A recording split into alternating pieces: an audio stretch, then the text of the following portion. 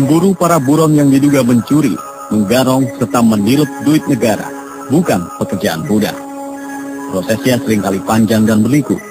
Belum lagi jika terbentur soal tidak adanya perjanjian ekstradisi atau tidak kooperatifnya negara si buron bersembunyi. Dengan Singapura misalnya, kita sudah punya perjanjian ekstradisi, tapi karena belum diratifikasi, perjanjian tadi tak berlaku.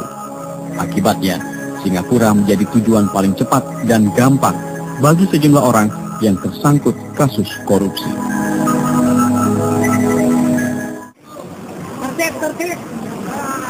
Neneng Sri Wahyuni buron ke luar negeri sejak setahun lampau.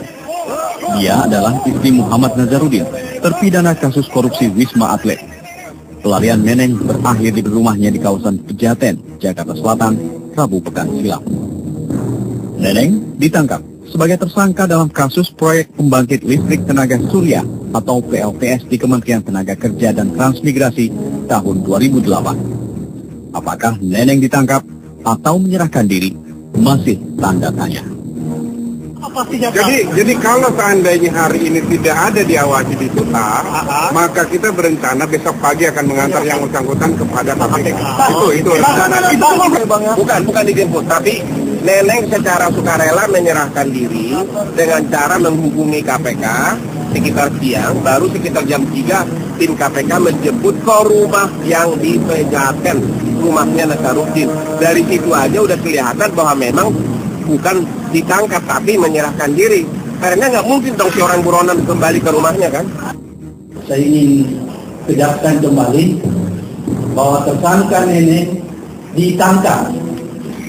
Ini harus diluruskan ya, karena tadi ada saya lihat pemberitaan, ada pemberitaan yang saya lihat dari pengacara Nazarudin di Rupianus menyatakan bahwa Neneng menyerahkan diri.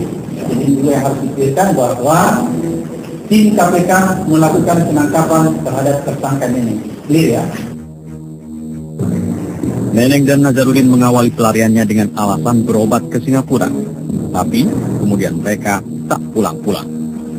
Pasangan Neneng dan Nazarudin lalu melanglang ke Vietnam, Malaysia, Kamboja, Spanyol, Dominika, dan Kolombia. Di negara terakhir, keduanya berpisah karena Nazarudin keburu ditangkap. Belakangan Neneng kembali ke Malaysia. Menjelang ditangkap, ia menyeberang ke Batam dan akhirnya ditangkap Komisi Pemberantasan Korupsi di rumahnya di Pejaten. Entah untuk mengecoh wartawan atau memang pandangan agamanya berubah, penampilan Neneng berubah drastis. Ia kini bercadar. Selain Neneng, 2 warga Malaysia ikut ditangkap karena diduga membantu pelariannya. KPK juga sedang menelusuri 2 orang lain yang diduga berkebangsaan Malaysia dan diduga mempunyai peran yang penting yang selama ini menjadi bagian dari proses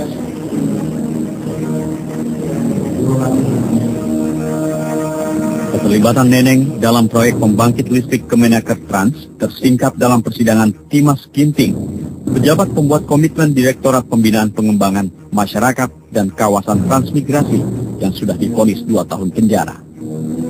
Neneng diduga berperan sebagai perantara sehingga proyek senilai hampir 9 miliar rupiah tadi jatuh ke tangan PT Alfindo Nuratama Perkasa yang lalu mensubkontrakkan ke perusahaan lain. Dari 4 kuli lipat tadi, Neneng diperkirakan menerima 2 miliar rupiah. KPK berharap Neneng bisa menjadi kunci untuk menyingkap siapa-siapa saja yang terlibat dalam kasus lainnya, seperti kasus Wisma Atlet dan Hambalang, karena Neneng diduga mengetahui sepak terjang PT Permai Group milik suaminya, Nazarudin. Nazar sendiri menolak istrinya disalahkan. Ia pun sempat mengaku tak tahu kemana Neneng buron. Apa dasar istri saya di TSK? Istri saya kan di TSK pada kasus PLTS yang terjadi tahun 2008. Tahun 2008 itu adalah yang menang PT Alfindo. PT Alfindo itu sama sekali tidak pernah saya jadi pengurus. Istri saya juga tidak pernah pengurus di situ. Apa hubungannya? Saya tidak pernah tahu di mana istri saya. Jika Neneng ditangkap di dalam negeri, Nazarudin sebaliknya diciduk saat berada di kota Cartagena, Kolombia. Tim telah berhasil menangkap saudara Nazarudin. Memang nama dipalsukan, tapi paspor, foto tetap sama ya. Tidak bisa berubah karena memang orangnya banget. Itu ketahuannya pada saat dia di Dominici, negara Dominici. Itu dia menunjukkan paspor yang sudah palsu, namanya. Dan mereka buat di mana ini masih belum jelas. Ini paspor apa? Penyadarannya Pak, Warga negara mana di dalam? nah itu masih belum jelas. Nazarudin sudah divonis 4 tahun 10 bulan dalam kasus dugaan suap Wisma Atlet. Mungkin kisah Nazarudin dan Neneng terbilang pahit. Mereka sama-sama mesti mendekam di sel tahanan yang tak pernah dimimpikan semua orang.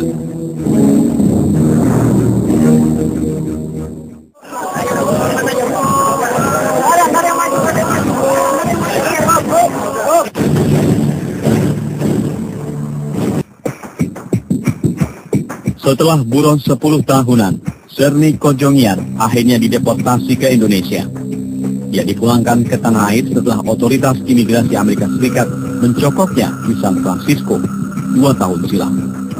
Serni dibekuk karena masuk daftar perburuan Interpol. Serni sempat mengajukan green card atau permohonan untuk tinggal dan bekerja secara sah di Amerika, tapi ditolak.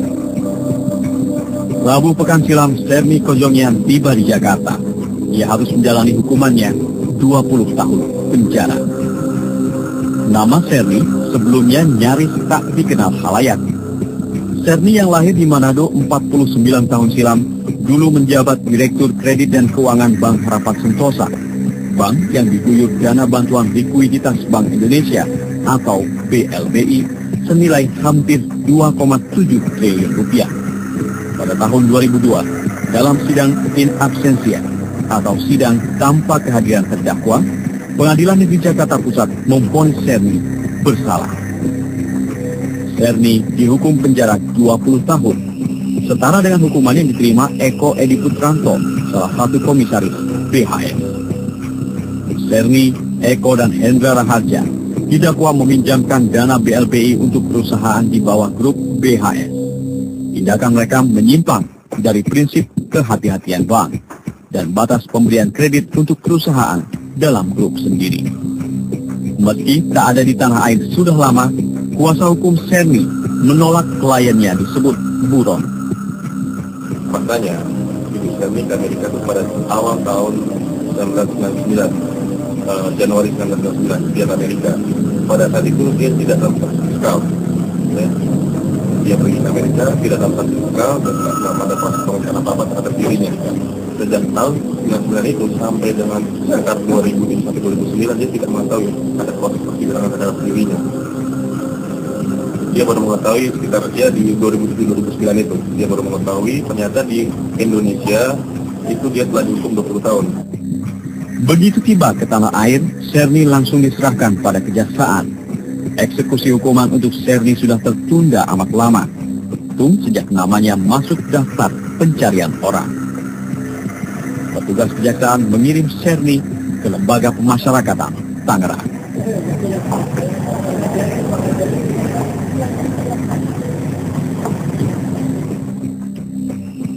Di penjara Tangerang, Serni meringkuk di sel tahanan sempit, satu blok dengan tahanan wanita yang terkena perkara kriminal umum. Apakah dengan demikian, proses hukum Serni Kojongian sudah berakhir? Belum tentu. Antara lain kita dapat mengajukan permohonan PK, itu satu. Yang kedua, kita sudah meminta ke Pak Hadali atau Mahkamah Agung RI untuk membuka kembali proses persidangan Ibu Serni ya, dan biar fair ya, dan proses persidangan ini untuk mencari kebenaran material. Faktanya Ibu Serni ini hanya seorang pekerja, seorang profesional ya, yang tidak ada kaitan keluarga dengan Pak Hendra Raharja ya, tidak ada kaitan hubungan apapun dengan Hendra Raharja. Dia murni seorang profesional, seorang pekerja. Malah kuasa hukum Serni mempertanyakan kenapa hanya Serni, Eko Edi Putranto dan Hendra Raharja yang dihukum. Dari BHS diajukan 6 orang ya. Yang dihukum Pak Hendra Raharja almarhum, Bapak Eko, ini putra dari Pak Hendra, dan Ibu Serni sendiri. 3 itu keluar namanya surat ketetapan penghentian penuntutan. Jadi yang keluar surat ketetapan penuntutan itu ada 3 orang, itu mantan dirutnya, dan 2 orang lain itu direkturnya. Ya. Yang ini 20 tahun ini nggak sebentar. Ibu Serni minta karena saya sudah di sini dan negara berhasil menghadirkan saya di sini, ya, saya mau memberi kesaksian saya di muka persidangan untuk lebih fairnya. Nasib Hendra Raharja alias Tan Chu Hing lebih pahit lagi. Bank miliknya, Bank Harapan Sentosa, masih ranking sebagai 50 bank berkinerja baik pada tahun 1997. Bahkan pada dekade 80-an, BHS lebih moncer lagi. Pernah di peringkat 6 bank terbaik di tanah air. Namun, sebulan sebelum penghujung 1997, BHS termasuk di antara 16 bank yang dilikuidasi pemerintah. Beberapa hari sebelum BHS ditutup, Hendra Raharja kabur. Ia menggarong hampir 2 triliun rupiah dana BLBI. Hendra kabur ke Australia. Di sana, ia sempat dibekuk polisi federal. Tapi Hendra melakukan perlawanan hukum agar tak diekstradisi ke Indonesia. Pemerintah berupaya agar Hendra bisa dibawa pulang ke tanah air. Namun begitu, saat proses ekstradisinya menuju final, Hendra meninggal dunia karena penyakit kanker pada Januari 2003. Adik Hendra Raharja, namanya Edi Tansil, juga kabur. Bahkan dengan cara yang membuat malu aparat penegak hukum kita. 16 tahun silam, maling yang menggondol kredit senilai 1,3 triliun dari Bank Bapindo tadi kabur dari penjara Cipinang. Edi Tansil yang juga divonis 20 tahun penjara hingga kini belum bisa ditangkap. Bahkan tak ada sepotong pun kabar. Ia bersembunyi di daerah mana. Begitu juga Eko Edi Putranto masih buron. Dari Serni barangkali dapat diharapkan di mana gerangan Eko Edi berada. Demi rasa keadilan publik, keberadaan Serni mestinya bisa jadi pintu pembuka untuk mencokok 23 buron lainnya. Demi rasa keadilan pula, pemerintah mesti mengejar kemana disimpan triliunan rupiah duit negara yang digangsir mereka yang terkait kasus BLBI dan kasus-kasus korupsi lainnya.